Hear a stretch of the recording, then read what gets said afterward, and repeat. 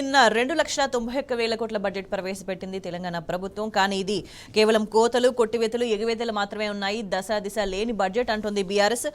దీంట్లో 6 గ్యారంటీలకు కూడా ఎటువంటి కేటాయింపులు కనిపించలేదు, భరోసా కూడా కనిపించలేదు. గతంలో ఇచ్చిన హామీలకు సంబంధించి ఎట్లా ఇంప్లిమెంట్ చేశారు అనే దానికి సంబంధించి ఎక్కడ కూడా ఒక క్లారిటీ లేని పరిస్థితి కనిపిస్తుంది. మరోవైపు చూస్తే రైతులకు కూడా పెద్దగా ఏమి కేటాయించిన సందర్భాలు కూడా కనిపించట్లేదు. ఇక మరోవైపు చూసుకుంటే కాళేశ్వరమే కల్పతరు అంటూ కూడా ఇవాళ మేడిగడ్డ సందర్శనకు వెళ్తుంది బీఆర్ఎస్ బృందం. ఇక మరిన్ని విషయాల్లోనే మనం మాట్లాడదాం. మనతో పాటు ఇవాళ చర్చలో జాయిన్ అవుతున్నారు బీఆర్ఎస్ నుంచి గట్టు రామచంద్రరావు గారు, అదేవిధంగా అనలిస్ట్ గోసుల శ్రీనివాస్ యాదవ్ గారు. గుడ్ మార్నింగ్ అండి. రామచంద్రరావు గారు, అంటే నిజంగా మొదటిసారి అప్పుడు ఉన్నప్పుడు అంటే ఒక క్లారిటీ లేదు, ఇప్పుడు చాలా సమయం గడిచిపోయింది. ఈసారి బడ్జెట్లో నిజంగా అంటే రైతులు అంతా ఇబ్బంది పడి మాట్లాడుతున్న పరిస్థితుల్లో ఈ నేపథ్యంలో ఎంతో కొంత జాగ్రత్తగా చూసి కేటాయింపులు చేస్తారు అని ఎంతో కొంత ఆలోచన ఉండేది. కానీ బడ్జెట్ చూస్తే ఎట్లా అనిపించింది? జనరల్గా బడ్జెట్ ప్రవేశపెడుతున్నప్పుడే రాష్ట్ర వ్యాప్తంగా ఒక ఎదురు చూపు ఉంటుంది. ఆ ఎదురు జరుగుతుంది. గతాన్ని సవరించుకుంటూ ఇప్పుడు కొత్తగా బడ్జెట్ పెడతారు అని అన్ని రంగాల వాళ్ళు ఎదురు చూస్తూ ఉంటారు. కానీ నిన్న ప్రవేశపెట్టిన బడ్జెట్ అది ప్రజల కన్నా ఉపయోగపడాలి. లేదు గతంలో పార్టీ పరిపాలించిన పార్టీ ఆ బడ్జెట్ లాగానే ఉంది అని అన్నా చెప్పబడాలి. లేదు పోనీ వాళ్ళకన్నా ఉపయోగపడాలి. అది ఎవ్వరికీ ఉపయోగపడని బడ్జెట్. అంటే ఒక పిచ్చోని చేతిలో రాయి ఉంటే దాన్ని పట్టుకొని చుట్టూ తిరుగుతాడు తప్ప ఏం చేయాలో మనకి అర్థం కాదు. అది ఈ బడ్జెట్ ప్రవేశపెట్టింది. టైం లేదంటే సఫిషియెంట్ టైం. అన్ని రంగాల్ని రివ్యూ చేయొచ్చు, అన్ని రంగాల కోరికలను చూసుకోవచ్చు, దాన్ని బట్టి బడ్జెట్ తయారు చేయొచ్చు. పోనీ అందులో కొంత సీనియర్ మంత్రులు కూడా ఉన్నారు, కొత్త వాళ్ళతో పాటు సీనియర్ మంత్రులు ఉన్నారు, ఏదైనా అధికారులు అండగా ఉంటారు. ఇన్ని ఉండంగా కూడా బడ్జెట్ ప్రజలకు అనుగుణంగా చూసినట్టయితే ఏ రంగానికి అందుబాటులో లేదు.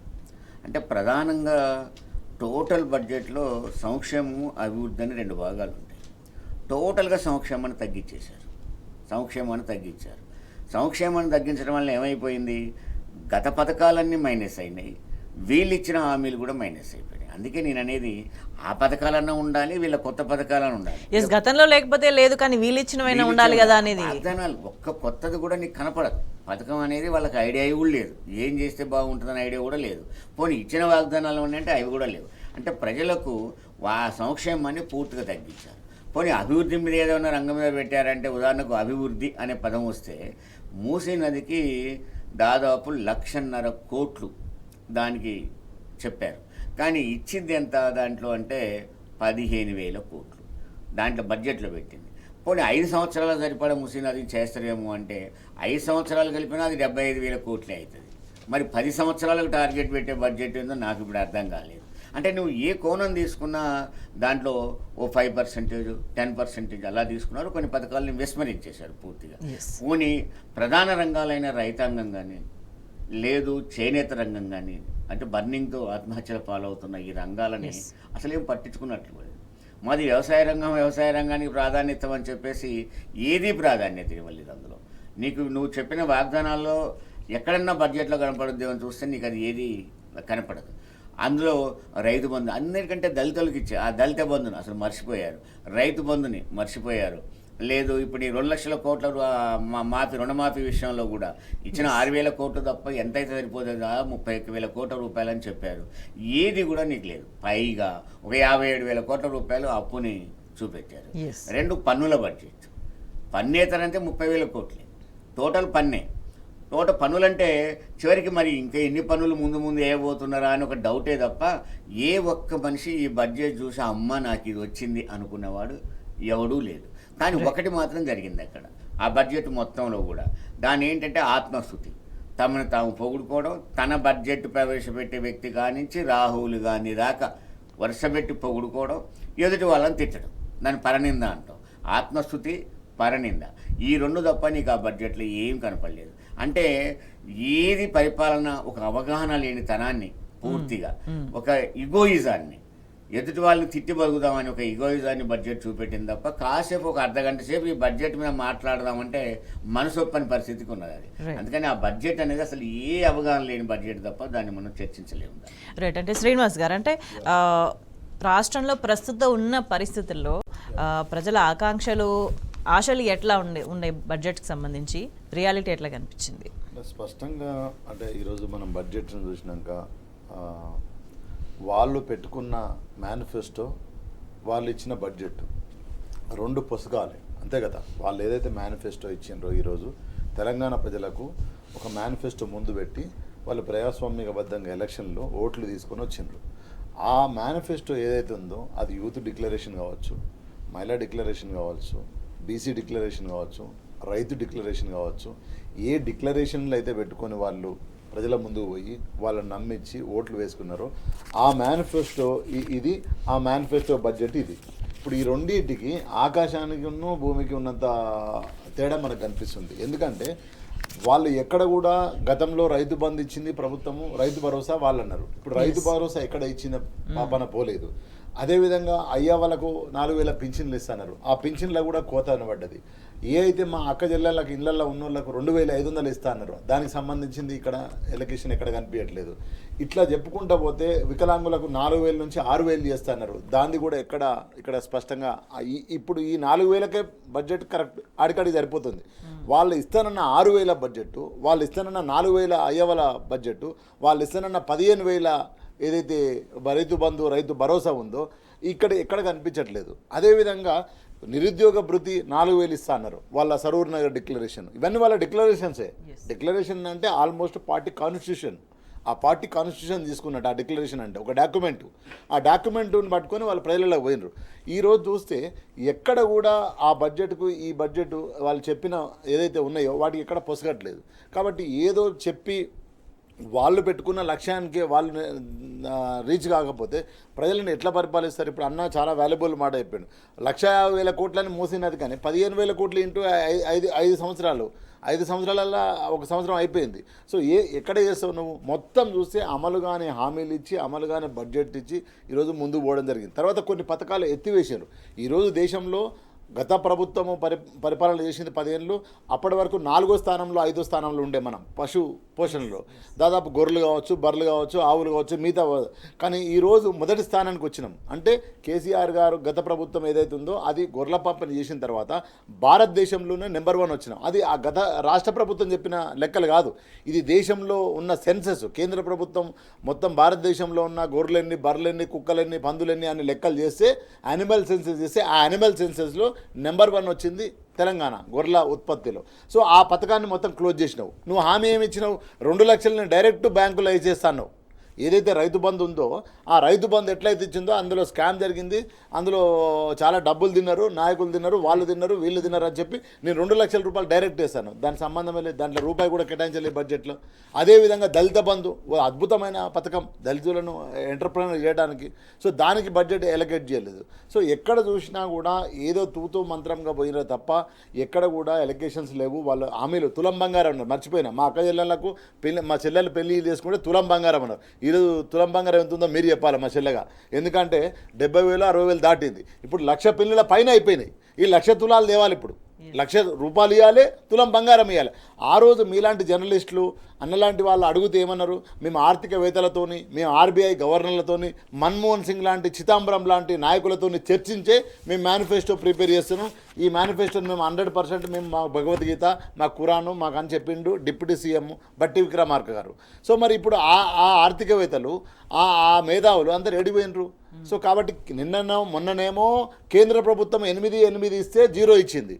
వాళ్ళు 8 మంది ఎంపీలు వాళ్ళ జీవిత చరిత్రలో తెలంగాణలో ఎక్కడ లేదు. ఈ భారతదేశంలో వాళ్ళు 2 ఎంపీలు వస్తే 1 ఎంపీ గెలిచింది. అక్కడ నుంచి 8 ఎంపీలు ఇస్తే వాళ్ళు 0 తీసుకొచ్చారు. ఏ రంగాల్లో ముందడుగు వేస్తూ ఏ అవార్డ్స్ తీసుకొస్తూ తన ప్రతిభను కనబరిచిందో తెలంగాణ రాష్ట్రం, వాటన్నిటిని కూడా పక్కన పెట్టడం వల్ల రేపటి నాడు ఏం జరగబోతుంది? అదే నేనేమంటున్నా, ఇప్పుడు కరెంటు పరిస్థితి పోతున్నది. మనకి ఇప్పుడు హైదరాబాద్లో కరెంటు పోతున్నది, మళ్ళీ జనరేటర్లు పెట్టే పరిస్థితి వస్తుంది. రైతులకు ఇంతవరకు రైతు బంధు ఇవ్వలేదు, రైతు భరోసా ఇవ్వాలి. ఎందుకంటే అందరం మనం వ్యవసాయ కుటుంబాల నుంచి వచ్చిన వాళ్ళం. ఇప్పుడు సినుకు పడుతుంది, నారు పోసుకున్నారు, కరిగట్టు అవుతుంది. ఇప్పుడు రైతుకు అవసరం 10,000 5,000 యూరియా బత్తాకో, డిఏఫ్ బత్తాకో, పిండి బత్తాకో, డీజిల్కో, కూలీలకు అవసరం. నువ్వు రైతు బంధు ఎప్పుడు పోయినసారి ఎప్పుడు ఇచ్చినావు? నువ్వు కల్లాలు అప్పుడు ఇచ్చినావు, ఒడ్లు కొనేటప్పుడు రైతు బంధు ఇచ్చినావు. ఇప్పుడు రైతు భరోసా లేదు, 1,00,000 రూపాయలు రుణమాపాను, అది కూడా సగం అయింది. ఇప్పుడు 1,00,000 రూపాయలు నాకు రుణమాపి అయితే నాకు లోన్ ఇవ్వడు కదా. నాకు ఇమ్మీడియట్లీ ఏం అవసరం, క్యాష్ అవసరం నా బ్యాంక్ అకౌంట్లో, ఇస్తే ఆ క్యాష్ తీసుకుపోయి నేను కూలీలు అవి చేసుకుంటా. ఇదంతా ఏంటంటే ఏమీ అవగాహన లేకుండా, ప్రభుత్వం మీద అవగాహన లేదు, వాళ్ళకు పరిపాలన మీద అవగాహన లేదు, ఇప్పుడు బడ్జెట్ మీద కూడా అవగాహన లేదు. సో కాబట్టి ఏదో మేము పెట్టినామంటే పెట్టినాం, వచ్చిందంటే వచ్చిందే తప్ప ఎక్కడ కూడా వాళ్ళకి ఇప్పటి వరకు వాళ్ళ అప్పులు అంటున్నారు. వాళ్ళే 57,000 కోట్ల అప్పులు తెస్తా అంటారు సంవత్సరానికి. సంవత్సరానికి 57,000 కోట్లు అంటే ఇంటూ 5 సంవత్సరాలు ఎంత అవుతుంది? అదే 3 లక్షల కోట్లు అవుతుంది ఆల్మోస్ట్. మరి నువ్వు 6 లక్షల అప్పులు తెచ్చినావని వాళ్ళు గత ప్రభుత్వం మీద దుమ్మెత్తిపోస్తున్నావు. మరి నువ్వు తెచ్చేది ఇప్పటి వరకు 30,000 కోట్ల అప్పు తీసుకొచ్చినావు. కాబట్టి ఏ అవగాహన అప్పు విషయం అని కాదు, అనేక విషయాలు కూడా గతంలో మాట్లాడిన మాటలకి ఇప్పుడు మాట్లాడుతున్న మాటలకి చేతలకి ఏ విధంగా కూడా పొంతనగా లేదు. మనకు రెండు మన చేతుల్లో పేపర్లు. ఇప్పుడు మనమేమో ఊరికే ఏదో రాజకీయంగా వాళ్ళని అనట్లేదు. వాళ్ళ బడ్జెట్ ఉంది, వాళ్ళ మేనిఫెస్టో ఉంది. మేనిఫెస్టోకు బడ్జెట్కు సింక్ కావాలి కదా, రెండు కలపాలి కదా. అంటే ఇట్లాంటి మాటలు అడిగితే కూడా వెటకారాలు చేస్తున్నారు బహిరంగంగా. అదే అంటే నేనేమంటున్నా, ప్రజలు ఇప్పుడు ఆలోచిస్తున్నారు ఏమైపోయింది, ఇప్పటికైనా మంచిగా రావాలి, మంచి పరిపాలించాలి. వాళ్ళకి 5 సంవత్సరాలు అద్భుతంగా మ్యాండేటరీ ఇచ్చారు. మ్యాండేటరీ ఇచ్చినాక కూడా నువ్వు ప్రజలకు న్యాయం చేయకపోతే ఎట్లా?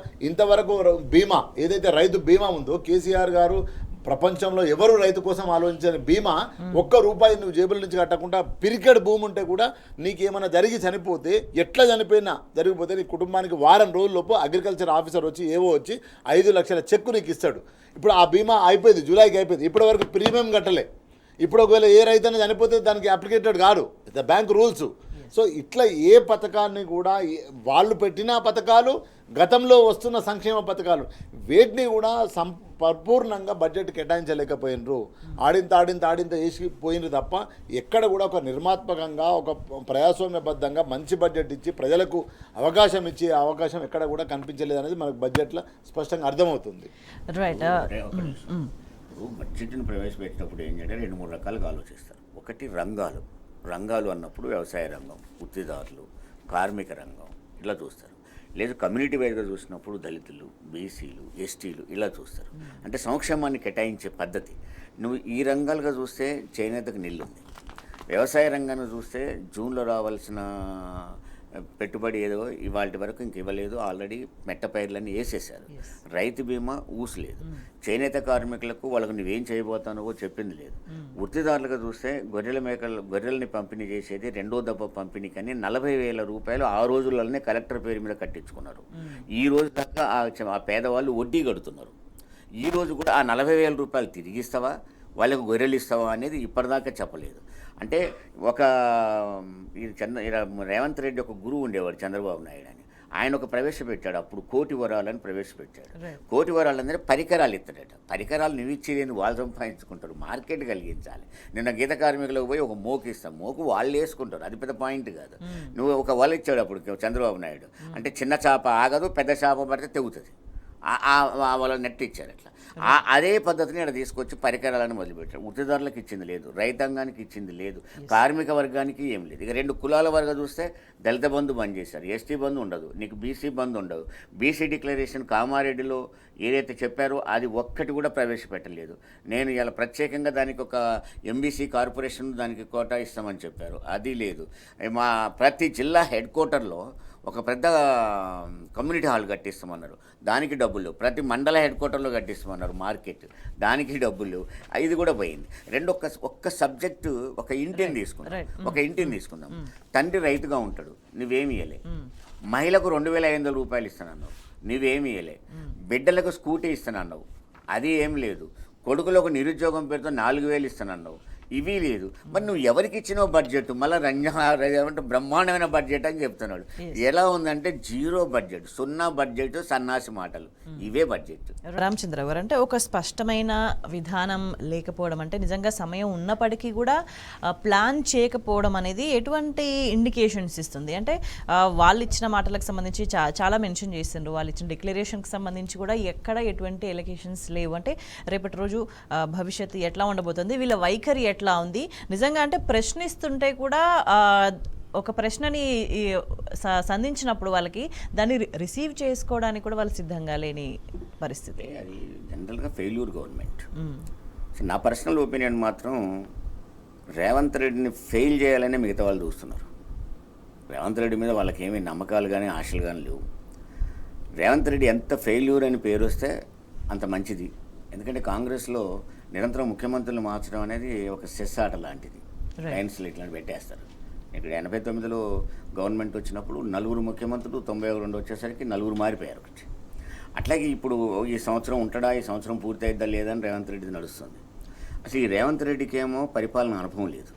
ఒకసారి మంత్రి అయినోడు కాదు కానీ ముఖ్యమైన శాఖలనే ఆయన దగ్గరే ఉన్నాయి. ఇప్పుడు నీకు సమస్య వచ్చిందంటే విద్యాశాఖ ఆయన దగ్గరనే ఉంది, ఎస్ హోంశాఖ ఆయన దగ్గరనే ఉంది. ఈ శాఖలన్నీ ఆయన దగ్గరే ఉంటాయి. ఏ శాఖని రివ్యూ చేయడు. అదే కనుక దాని మంత్రి దానికుంటే నాకు ఇంత డబ్బులు కావాలి, నేను రివ్యూ చేసుకొని నా విద్యకి ఇంత కేటాయించవా అని అడిగేటోడు. ఒకవేళ కనుక ఉన్నా ఆ సిన్సియారిటీ ఉంటే. కానీ అట్లా కూడా లేదు. పోనీ ఈయనకేమన్నా తెలుసా అంటే ఈయన చేయడు. అంటే బడ్జెట్కు ముందు ఏం జరుగుద్దంటే రివ్యూలు జరుగుతాయి. హరీష్ రావు గారు ఫైనాన్స్ మినిస్టర్గా ఉన్నప్పుడు ఆయన దగ్గరికి శాఖల వారిగా వచ్చేవాళ్ళు మినిస్టర్లు. మాకు ఇది ఉంది, మాకు ఇంత కేటాయించాలి అని అడిగేవాళ్ళు. వాళ్ళు రివ్యూ చేసుకునేవాళ్ళు. కొన్ని రివ్యూల్లో ఫైనాన్స్ మినిస్టర్ లేదా సీఎం గారు స్వయంగా పిలిచి వాళ్ళు కూర్చోబెట్టుకొని ఆ రోజు కేసీఆర్ గారు వీళ్ళన్నీ రివ్యూలు చేసేవాళ్ళు. ఏం కావాలి దీనికి, దానికి ఏం కావాలి అంటే మౌలిక వసతులతో పాటు వాళ్ళకి అసలు సంక్షేమం ఏం కావాలి ఆ శాఖలో అని ప్రతిదీ చర్చించేవాళ్ళు. ఎక్కడ చర్చ జరగలే. అధికారులు ఏదో చేసి అంటే తెలంగాణ అభివృద్ధికి సంబంధించి ఇట్లా చేయాలి, ముందుకెళ్ళాలని ఒక ఆలోచన ఉంది కాబట్టి అదంతా ప్రాసెస్ జరిగింది. సో ప్రభుత్వం మారిన తర్వాత నుంచి కూడా ఇప్పటి వరకు ఎంతో కొంత జరిగిన మాటన్నిట్లో కూడా అన్ని బీఆర్ఎస్ లేవనెత్తిన తర్వాతనే జరిగిన పరిస్థితి కూడా కనిపిస్తుంది. అదే కదా. ఇప్పుడు నేను అనేది ఏంటంటే ఆయన చెప్పిన నేను 30,000 ఉద్యోగాలు ఇచ్చాను, అది టీఆర్ఎస్ గవర్నమెంట్ ఇచ్చింది. మొన్న వీళ్ళు ఉత్తిదారులకు ఏదో ఇచ్చానని చెప్పేసి చూపించాడు. అది ఆ రోజుల్లో ప్రిన్సిపల్ సెక్రటరీగా ఉన్న బుర్రా వెంకటేశం గారు అప్పుడున్న గవర్నమెంట్ ఉన్నప్పుడు ఆర్డర్లు ఇచ్చి తెప్పించినవి అని ఈరోజు పంపిణీ చేశారు.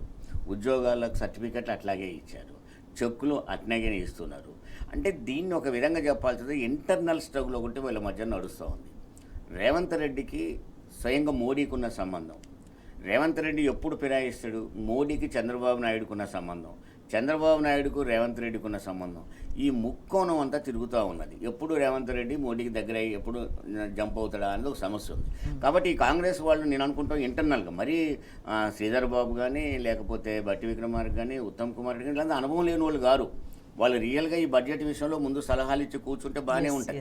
కానీ ఎంత తొందరగా రేవంత్ రెడ్డి ఫెయిల్ అయితే అంత బాగుంటుందని వాళ్ళు ఆలోచిస్తున్న తీరులో అసలు ఈ రేవంత్ రెడ్డికి ఏం అది లేదు. దానికి మాటలు చూసారా, మన మీకు అనుభవం లేదు అని చెప్పి కేటీఆర్ గారు మాట్లాడుతూ అసెంబ్లీలో ముఖ్యమంత్రి గారి కంటే అనుభవం లేదు, మీరైనా సీనియర్లు చెప్పాలి కదా అంటే ఆయన ఏయో మాట్లాడుతున్నాడు. అక్కడ తిరిగి ఆయన కౌంటర్ ఇచ్చారు, కాము కూర్చున్నాడు.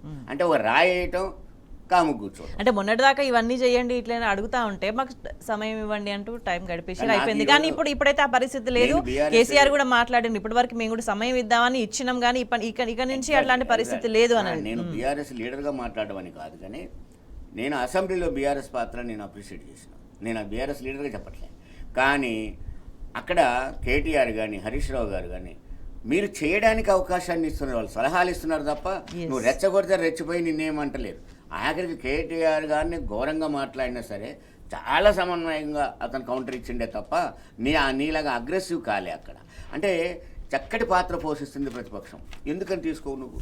కేసీఆర్ గారు వచ్చి కూర్చున్నాడు. కేసీఆర్ గారు వచ్చి కూర్చోగానే అసలు చూసే వాళ్ళకు ముఖ్యమంత్రి కేసీఆర్ లాగా మనసు పోతుంది తప్ప నిన్నెవడు ముఖ్యమంత్రి. సామాన్య జనం కూడా కేసీఆర్ గారి చూపు మారింది అక్కడ. ముఖ్యమంత్రి వచ్చాడు అని. అంటే అసెంబ్లీ వాతావరణమే ముఖ్యమంత్రి వచ్చిన వాతావరణం వచ్చింది కేసీఆర్ గానే.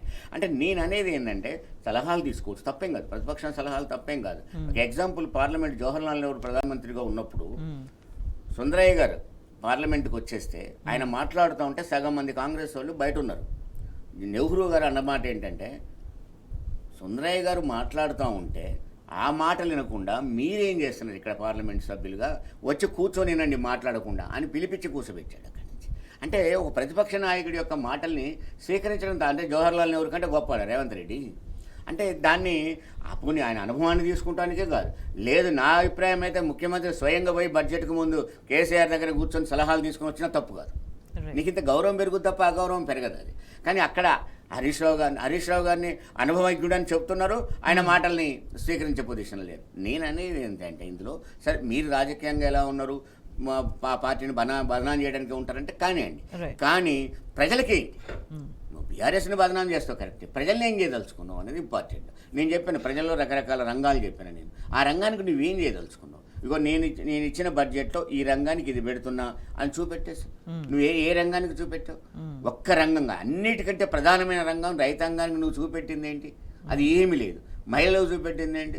మహిళలు చూపెట్టేసింది ఏంటంటే ఒక ఫ్రీ బస్సు, అదొకటే. ఆ ఫ్రీ బస్సు మనం చూసాం కదా, ఒక ఆమె ఎల్లిపాయలు తీస్తుంది దాంట్లో, ఇంకొక ఆమె ఇంకో పని చేస్తుంది. వాళ్ళు ఏంటో సరదాగా జోకులు వస్తూ ఉన్నాయి. నేను ఎక్కడికి పోయేస్తాను అంటే మా వదిన వాళ్ళ ఇంటికి పోయేస్తానండి. ఎందుకమ్మా అంటే ఏం కూర వండిందో అడిగొస్తాను కానీ పోయినా అంటే ఇలాంటి జోకులు వస్తున్నాయి. ఆడవాళ్ళకి చేయాల్సిందే, కానీ విరిగా బస్సులు పెంచాలి.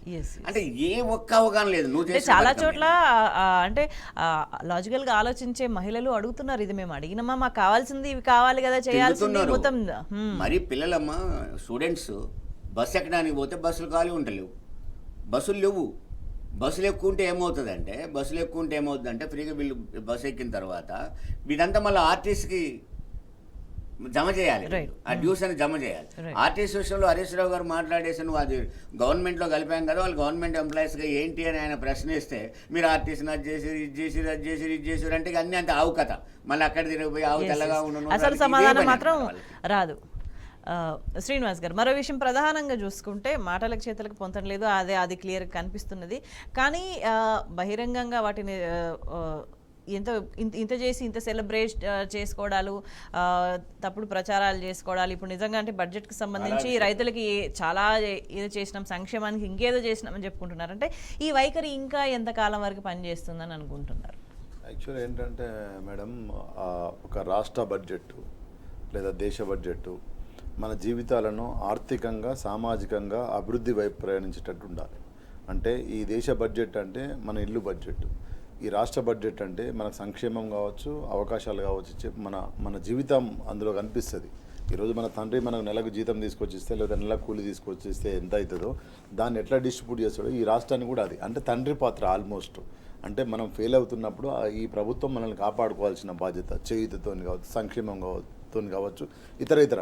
కానీ ఈరోజు అట్లా మనము మౌలికంగా చర్చించుకుంటే, మౌలికంగా మనం మాట్లాడుకుంటే ఈరోజు ఎక్కడ కూడా ఒక కుటుంబాన్ని ఆర్థికంగా బలపడే విధంగా ఎక్కడ కనిపించదు ఈ బడ్జెట్లో చూస్తే. ఎందుకు అంటే గతంలో ఒక రైతు బంధు వస్తే రైతుకు ఒక ఆర్థిక పెరిగింది, బలం పెరిగింది, తను పెట్టుబడి తీసుకొని వ్యవసాయం చేసుకుంటాడు. మహిళలకు 2000 పింఛన్ ఇస్తే ఆ 2000తో బతికింది. ఏదైతే మన అయ్యలు ఉన్నారో, అయ్య తాతలు ఉన్నారో వాళ్ళు బతికిండ్రు. అట్లా మీకు వికలాంగులకు 4000 ఇస్తే వాళ్ళకు ఒక ఉపాధి, అది మిగతా పని చేసుకున్న. అట్లా ప్రతి జీవితంలో ప్రతి వ్యక్తిలో బడ్జెట్ ఇంక్లూడ్ కావాలి, ఎఫెక్ట్ కావాలి, దాని పరిణామం మన మీద పడాలి, మన ఆర్థికం మీద పడాలి. కానీ ఇక్కడ ఈరోజు కేంద్రం ఇచ్చిన బడ్జెట్ కానీ, నిన్న రాష్ట్ర ప్రభుత్వం బడ్జెట్ కానీ, ఇక్కడ ఉన్న మనం పనిచేసే వాళ్ళు ఎవరి మీద ఆర్థిక అభివృద్ధి మీద కనిపిస్తలేదు ఎక్కడ కూడా, వ్యక్తిగతంగా చూసుకుంటే సింపుల్గా. కాబట్టి ఈ బడ్జెట్ ఏదో మేము వచ్చినాము ప్రభుత్వంగా వస్తున్న దాన్ని పంచుతున్నాము అంతే పెడుతున్నాం తప్ప ఎక్కడ కూడా. నిన్న కేసీఆర్ గారు చాలా మంచి లైన్ ఒకటి చెప్పారు, ఒక్క పాలసీ లేదు. ఇంతకుముందు అన్నట్టు ఒక ఐటీ పాలసీ కానీ, ఒక కార్మిక పాలసీ కానీ, ఒక కులం పాలసీ కానీ, అంటే ఆర్థికంగా నువ్వు ఎట్లయితే అభివృద్ధి చేద్దాం అనుకుంటున్నావు, ఏ పదం అనుకుంటే ఆ పదం, ఒక్క పాలసీ నీ దగ్గర లేకుండా ఊరికే నీ మేనిఫెస్టోని పెట్టుకున్నావు అధికారంలోకి వచ్చి. ఈరోజు ఏదైతే రొటీన్ బడ్జెట్ ఉందో ఆ బడ్జెట్ పెట్టేసి వెళ్ళిపోయినావు తప్ప ఒక ఆర్థికంగా సమాజాన్ని లేదా ప్రజలను అభివృద్ధి చేసేటట్టు ఎక్కడ కూడా ఒక్కటి కూడా అన్నిటికీ తగ్గించినావు. నువ్వు నీకు 4000 పింఛన్లు తగ్గించినావు, దళిత బంధు అసలు తీసేసినావు. నువ్వు కొత్తగా పెట్టిన యూత్ డిక్లరేషన్, నీ డిక్లరేషన్ గత ప్రభుత్వం గంగాల పోని, నీ డిక్లరేషన్, నీ యువత డిక్లరేషన్లో ఏం లేదు. నీ వరంగల్ డిక్లరేషన్, నీ రాహుల్ గాంధీ వచ్చి మాట్లాడిన 15,000 ఏదైతే ఉందో మన కౌలు రైతులకు ఎవరికైనా ఇచ్చినావా? అలా బడ్జెట్లో పెట్టినావా? బడ్జెట్లో పెడితే కదా వచ్చేది నాకు. నువ్వు బడ్జెట్లో పెట్టకుంటే ఎట్లా వస్తుంది? కానీ ఎక్కడ కూడా మొత్తం బడ్జెట్లో మనం మొత్తం సూక్ష్మంగా చదివినా కూడా ఒక వ్యక్తి జీవితాన్ని, ఒక కుటుంబ జీవితాన్ని, ఒక జిల్లా జీవితాన్ని, ఒక రాష్ట్ర జీవితాన్ని ప్రభావితం చేసి ఆర్థికంగా ముందుకు తీసుకుపోయేటంటే ఎక్కడ కూడా కనిపించట్లేదు. కాబట్టి ఇంతకుముందు అన్నగారు అన్నట్టు అక్కడ శ్రీధరబాబు గారు ఉన్నా, అక్కడ బట్టి గారు ఉన్నా కూడా, బట్టి గారు చదివినా కూడా వాళ్ళు ఇంటర్నల్గా స్ట్రగుల్లో కనిపిస్తుంది తప్ప ఎక్కడ కూడా వీళ్ళని అభివృద్ధి చేసే ప్రయాణం కనిపించట్లేదు. కాబట్టి మాటలతోనే గారెడ్ చేసిండ్రు, గారెడ్తోనే మాటలు మాట్లాడినరు, అమలు కానీ హామీలు ఇచ్చిండ్రు అనేది మనం చెప్పుకుంటూ పోతూనే ఉన్నాం. 4000 నిరుద్యోగ వృద్ధి అన్నారు, ఒకరికన్నా ఇచ్చిండ్రా? 2 లక్షల జాబ్ క్యాలెండర్ అన్నారు, ఇప్పుడు దానికి సంబంధించి ఏమైనా పెట్టినరా? జాబ్ క్యాలెండర్ 2 లక్షల ఉద్యోగాలకు ఎంత అవుతుంది నీకు ఎస్టిమేట్ ఎంత నువ్వు రీచ్ అవుతావు అనేది పెట్టినరా? అది 1 ఇయర్లో కాదు 100 డేస్లో అన్నారు వాళ్ళు. ఈ 100 రోజులల్లో అన్నారు 100 రోజులలో గంగావని ఈ సంవత్సరంలో నువ్వు కేటాయించినావేమన్నా? ఏమీ కేటాయించలే. కాబట్టి ఏదో మసిపూసి మారడికాయ చేసి ఏదో నడిపిస్తామనుకుంటే ప్రజలు ఆగమైపోతారు, ప్రజలు సఫర్ అవుతారు. ఇప్పుడు అన్నట్టు మహిళా బస్సు నువ్వు పెట్టినావు కానీ ఎందుకు పెట్టినవురా దేవుడా అని మహిళలే మాట్లాడేటోళ్ళరు. కానీ పింఛన్ ఇస్తావా అంటే మా పింఛన్ గంగలో పోని కానీ నువ్వు వద్దు నాయన అనే పరిస్థితి వస్తుంది. కాబట్టి ఇప్పటికైనా ఆర్థికంగా సామాజికంగా బడుగు బలహీన వర్గాలను ఏదైతే కార్మిక వర్గాలను ఏదైతే డైలీ పనిచేసుకునే వాళ్ళకు ఒక బలాన్ని ఇవ్వాలి నీ బడ్జెట్. అది ఎక్కడ కనిపిస్తలేదు, ఎక్కడ ఒక లైన్ కూడా కనిపిస్తలేదు. ఊరికనే నువ్వు పెంచుకున్నావు అంతే, నువ్వు పెట్టినావు. కాబట్టి ఇప్పుడు ఈ బడ్జెట్తో ఎవరు కూడా హ్యాపీగా లేరు ఈ రాష్ట్రంలో. కేంద్ర ప్రభుత్వం బడ్జెట్ మీద నిన్నటిదాకా మొత్తుకున్నాం మనం 8+8 = 0 అని. వాళ్ళు ₹1 ఇవ్వలే. ఇవ్వకపోగా వాళ్ళు ఇవ్వాల్సిన అవసరం లేదు. స్పష్టంగా విభజన చట్టంలో హామీలు కాదు, విభజన హామీలు కాదు, విభజన చట్టం చేసింది ఇదే కాంగ్రెస్ ప్రభుత్వం, అదే బీజేపీ ప్రభుత్వం. ఇద్దరు హౌస్లో కూర్చొని చట్టం చేసిన దానికి 10 ఏళ్ల వరకు నుంచి ఇప్పటివరకు నవోదయ స్కూల్స్ పెట్టలేదు. మన పిల్లలు చదువుకోవడానికి నవోదయ స్కూల్స్ పెట్టలేదు, కేంద్రీయ విద్యాలయ స్కూల్స్ పెట్టలేదు, ఈ కోచ్ ఫ్యాక్టరీ పెట్టలేదు. ఇదంతా ఏంటంటే వాళ్ళు ₹1 ఇవ్వలేదు. కనీసం నువ్వు ఇచ్చిన దానికన్నా ఒక ప్రాపర్గా శాస్త్రీయబద్ధంగా సైంటిఫిక్ మెథడాలజీలో గీల గింతిస్తున్నాను ఎక్కడ కూడా పెట్టిన సందర్భం ఎట్లా చూసినా అటు కేంద్రంకి వెళ్ళి ఏం లేదు, ఇక్కడ రాష్ట్రంకి వెళ్ళి కూడా తెలంగాణ అభివృద్ధికి సంబంధించి ఏం జరుగుతుంది అంటే ఒక క్వశ్చన్ మార్కే కనిపిస్తుంది. రామచంద్రరావు గారు అంటే మెయిన్గా కాంగ్రెస్ ప్రభుత్వం వచ్చినప్పటి నుంచి కూడా కాళేశ్వరాన్ని పెద్ద ఫెయిల్యూర్గా చూపించే ప్రయత్నం చేసుకుంటూ వచ్చింది. కానీ ప్రాక్టికల్గా చూసుకుంటే ఇంప్లిమెంటేషన్ చూసుకుంటే అదంతా అవాస్తవం అనే విషయాలు చాలా స్పష్టంగా కనిపిస్తున్నాయి. ఇవాళ మేడిగడ్డ సందర్శనకి బీఆర్ఎస్ బృందం కూడా వెళ్తుందంటే ఒక సాగునీటి రంగాన్ని ఇట్లా కుట్రలతోని కక్షలతోని ఇట్లా నెగ్లెక్ట్ చేస్తే ఎటువంటి పరిణామాలు ఉండే అవకాశాలు కనిపిస్తున్నాయి? వాళ్ళకి ఏంటంటే రావడమే బీఆర్ఎస్ ప్రభుత్వాన్ని బదనాం చేసేసి 2-3 గుంటలు ఎక్కాలని ఆలోచించారు. దానికి ప్రధానమైనది ఏంటంటే ప్రపంచవ్యాప్తంగా పేరుగాంచిన కాళేశ్వరం ప్రాజెక్టు మీద మొదటి టార్గెట్ పెట్టారు వాళ్ళు. అసలు వాస్తవంగా ఆ ప్రాజెక్టు పూర్తవడానికి కంప్లీట్గా ఇప్పటివరకు 86,000 కోట్ల రూపాయలు ఏదో దాని యాక్టివిటీ నడిచింది. దాని 1,00,000 కోట్ల అవినీతి అని చెప్పి రంగం మీద పడారు. అంటే 10 పైసల బిల్ల పోతే ₹1 కూలీని పెట్టినట్టు ఎతకంటారా అన్నట్టు. దానివల్ల జరిగింది ఏంటి? అదేదో పోయింది కాళేశ్వరం ప్రాజెక్టు అని దాంట్లోకి నీళ్ళు వచ్చినా దాని ద్వారా ఫలితం వచ్చినా రైతులకు అందితే చాలు కాళేశ్వరం బాగుంది అనే వాతావరణం వస్తుంది. కాబట్టి నీళ్ళే అందకుండా చేయాలి, నీళ్ళు రాకుండా చేయాలి, నీళ్ళు ఆగకుండా చేయాలి. ఈ ప్రయత్నం చేశారు. దానికి ఏమైంది? ప్రజలకు ఏమైంది? రైతులకు ఏమైంది? ఇప్పుడు నీళ్ళు లేకుండా మళ్ళీ ప్రజా వ్యతిరేకత రాగానే ఏం చేశారు? అరే పోతుంది అని పని ఎత్తారు, పోయి అక్కడ డోర్లు ఎత్తారు. నేను అనేది ఏంటంటే ప్రాజెక్టే కనుక మొత్తం పోయినట్లయితే ఇప్పుడు 80 డోర్లు ఎలా తెస్తారు మీరు? ఎలా ఓపెన్ చేస్తారు? ఎలా నీళ్ళు వచ్చినాయి? ఇప్పటికి కూడా సుమారు 1700 TMCలు పోయి సముద్రంలో కలుస్తున్నాయి అనేది ఇప్పటికి కూడా. మరి నీకు మేడిగడ్డలో ఆగాల్సిన వాస్తవంగా అప్పటిదాకా కాళేశ్వరం కట్టకముందున్న 18 లక్షల ఎకరాలలో నుంచి దాదాపు 40 లక్షల ఎకరాల టార్గెట్తో కాళేశ్వరం కట్టబడ్డది. అంటే రెగ్యులరేషన్తో పాటు కొత్త సాగునీరు కూడా. దాంట్లో వాస్తవంగా మనం ఇల్లు కట్టుకుంటేనే అప్పుడప్పుడు ఒక గోడ కూలుతూ ఉంటుంది, దాన్ని మళ్ళీ మనం కట్టుకుంటూ ఉంటాం. ఒక ఇల్లు కట్టుకుంటుంటే ఒక గోడ లేకపోతే నచ్చకపోయినా కూలుతూ ఉంటుంది, దాన్ని కట్టుకుంటాం, దాన్ని రిపేర్ అంటాం, తిరిగి చేయించు. అంత పెద్ద ప్రాజెక్టు నడుస్తూ ఉంటే 1-2 పిల్లర్లు నీకు కూలిపోతే లేదా తగ్గిపోతే ప్రాబ్లం వస్తే వాటిని రిపేర్ చేసుకోవాలిగా. అసలు దాని రిపేర్లకు కానీ ఇప్పటిదాకా నీకు బడ్జెట్లో పెట్టుకుంది, నువ్వు అంత చెడిపోయింది కదా కాళేశ్వరం, మరి దాన్ని ఎందుకు ఇలా బడ్జెట్లో దాన్ని రిపేర్ కోసం పెట్టలేదు, వాళ్ళు కొత్త దానికోసం పెట్టలేదు, నువ్వు చేసింది ఏంటి అంటే వాళ్ళకు కూడా తెలుసు కాళేశ్వరం పర్ఫెక్ట్గా ప్రజలకు ఉపయోగపడుతుందని కాంగ్రెస్ వాళ్ళకు కూడా తెలుసు. కాకపోతే బదనాం చేయడం కోసం ఎజెండా తీసుకున్నారు కాబట్టి ఏం చేయాలో అర్థం కావడం లేదు. అందుకని వీళ్ళు నిన్న కాళేశ్వరం పోయిన తర్వాత ఎమ్మెల్యేలు ఎమ్మెల్సీలు అక్కడికి పోయిన తర్వాత ఓపెన్గా చూపెడుతున్న తర్వాత ప్రజలకు ఇప్పటికే తెలుసు ఇదంతా బోగస్ అనే విషయం, వాళ్ళ డైలాగులన్నీ తెలుసు. కానీ వీళ్ళు పోయి ఇంకా చూపెట్టినాక కంప్లీట్గా మేడిగడ్డ విషయానికి వచ్చానికి టోటల్ పిల్లర్లు కనపడుతూ ఉంటే నీకు 2-3 పిల్లర్లు పోతే వాటిని రిపేర్ చేసుకోవాలి. అది చేయడం మానేసి మేడిగడ్డే మొత్తం పోయిన తీసేసి ఏం చేయాలనుకున్నావు నువ్వు? అంటే దాన్ని కూడా అదన్నా పెట్టు, మరి నీ ఐడియా ఏందో పెట్టు అక్కడ, అది కూడా లేదు. అందుకని ఇదంతా బోగస్ మాటల ప్రచారం తప్ప ఇలా ఏం లేదు. అది బ్రహ్మాండంగా ఉపయోగపడుతుంది. ఇవాళ నీళ్ళు ఎక్కడికండి? ఎక్కడ కాళేశ్వరం ఉంటే ఎక్కడ సూర్యాపేట, రైట్. ఎక్కడెక్కడికి వస్తూ ఉంటే ఒక్కసారి ఒక్క నిమిషం కోసం నేను ఒకసారి మీరు సందర్భంలో అప్పుడు సీఎంగా ఉన్న కేసీఆర్ గారి దగ్గరకు పోతే, నేను అప్పుడు మినిస్టర్గా ఉన్న హరీష్ రావు గారు నీటి వాటర్ తీసుకుపోతే ఒక స్క్రీన్లో చూపెట్టాడు ఇవన్నీ. ఒక మమ్మల్ని ఒక ప్రశ్న వేసాడు, జనగాము నీళ్ళు ఎట్లా వస్తాయి, మునుగోడుకు నీళ్ళు ఎట్లా వస్తాయి అన్నాడు. ఆయన మైండ్ లో పూర్తిగా ఉంది, వీళ్ళ మైండ్ లో ఏముందని చెప్తాను. అంటే శ్రీనివాస్ అంటే చాలా క్లియర్ గా కేటీఆర్ కూడా నేను చెప్పిందంటే, నిజంగా ఒక ట్యాప్ వచ్చిన టైంలో పట్టుకుని డే అంతా ఎట్లా వాడుకుంటామో అట్లనే స్టోరేజ్ అవసరం అని చెప్పేసి ఆ టైంకి స్పందిస్తున్నామని కూడా అన్నారు. ఏమంటారు? ఫైనల్లీ 10 సంవత్సరాలు కాంగ్రెస్ ప్రభుత్వం పరిపాలించింది. తెలంగాణ ఉద్యమం నీళ్లు, నిధులు, నియామకాలు అనే దాని మీద మొదలైంది. ఈరోజు నీళ్ళు వచ్చినాయి, నిధులు వచ్చినాయి, నియామకాలు జరిగినాయి స్పష్టంగా. సో ఈరోజు కాంగ్రెస్ ప్రభుత్వంలో 2014 కంటే ముందు 96 లక్షల మెట్రిక్ టన్నుల వరిధాన్యం పండించిన తెలంగాణలో ఇప్పుడు 2023 సంవత్సరంలో, 24 సంవత్సరంలో, 23 సంవత్సరంలో 3 కోట్లకు పైగా మెట్రిక్ టన్నుల వరిధాన్యం ఎట్లా పండింది? రాత్రికి ఏమన్నా మ్యాజిక్ చేయలే కదా కేసీఆర్ గారు, స్పష్టంగా గత ప్రభుత్వం చేయలే కదా. ఎట్లా పండిందంటే నాణ్యమైన కరెంట్ ఇచ్చిండ్రు, నాణ్యమైన పెట్టుబడి ఇచ్చిండ్రు, అదేవిధంగా మంచి నీళ్ళు ఇచ్చిండ్రు. ఈరోజు కాళేశ్వరం కట్టి కొన్ని టీఎంసీల నీళ్లు తీసుకొచ్చి ఎక్కడ అన్న చెప్పినట్టు వంచనగిరి, కేసముద్రం, మహబూబాదు ఎట్లా నీళ్ళు వచ్చినాయి? నీళ్ళు వచ్చినాయి కనుకనే కదా అక్కడ ముఖ్యమంత్రి ఇక్కడ ఎకరం అమ్మితే అక్కడ 10 ఎకరాలు వస్తుందని చెప్పిండు. ఎట్లా వచ్చింది? ఉట్టినే రాత్రి అయిందా? ఇక్కడ ఒకప్పుడు అక్కడ ఎకరం అమ్మితే, ఆంధ్రాలో ఎకరం అమ్మితే ఇక్కడ 10 ఎకరాలు కొన్నారు. ఇక్కడ ఒక ఎకరం అమ్మితే అక్కడ 10 ఎకరాలు కొనే పరిస్థితి ఎట్లా వచ్చింది అంటే, ఇక్కడ నీళ్ళు వచ్చినాయి, అదేవిధంగా నిధులు ఇచ్చిండ్రు రైతులకు, అదేవిధంగా నియామకాలు జరిగినాయి.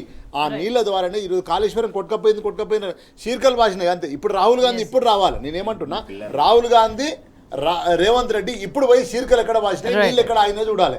ఓన్లీ శీర్కలు భాషిన దాన్ని పెద్ద సీన్ లో చూపించి ఓట్లు వేసుకున్నారు. కాళేశ్వరం అయింది ఎంత? 3,000 కోట్లు. మేడిగడ్డ ప్రాజెక్టు 3,000 కోట్లు, మొత్తం 1,00,000 కోట్లు. పెట్టిందే 96,000 కోట్లు పెడితే 1,00,000 కోట్ల స్కామ్ ఎట్లా జరుగుతుంది? ఏం లేదు. ఒక విజనర్ లేని నాయకుడు కాబట్టి ఈ రోజు బడ్జెట్ లో ఏం లేదు. నిధులు అన్నారు, మనం నిధులు అన్నాం, నిధులు లేవు. నీళ్ళు అన్నాం, నీళ్లు కూడా ఎట్లా ఎత్తుకోవాలో తెలియదు. కాబట్టి ఇప్పటి వరకైనా కనీసము ప్రజల మీద దృష్టితోనే ఒక విజనర్ తోని పరిపాలిస్తే నాయకుడు, ముఖ్యమంత్రి, అందరికీ ముఖ్యమంత్రి, ప్రజల ఆర్థిక సామాజిక అభివృద్ధి చేయాల్సిన బాధ్యత ముఖ్యమంత్రి పైన ఉంటుంది. అది చేయకపోతే మాత్రం రేపు తెలంగాణ ప్రజలు మళ్ళీ కర్రు కాల్చి వార్త పెట్టే పరిస్థితి వస్తుంది. ఏదేమైనా కూడా బడ్జెట్ కేటాయింపుల్లో ప్రభుత్వ వైఫల్యం అనేది చాలా స్పష్టంగా కనిపిస్తుంది. దీనివల్ల తెలంగాణకు నష్టం జరుగుతుంటే మాత్రం చూస్తూ ఊరుకోమంటుంది బీఆర్. చర్చలో పాల్గొన్న రామచంద్ర గారికి, శ్రీనివాస్ గారికి ధన్యవాదాలు. That's all for now. Stay tuned.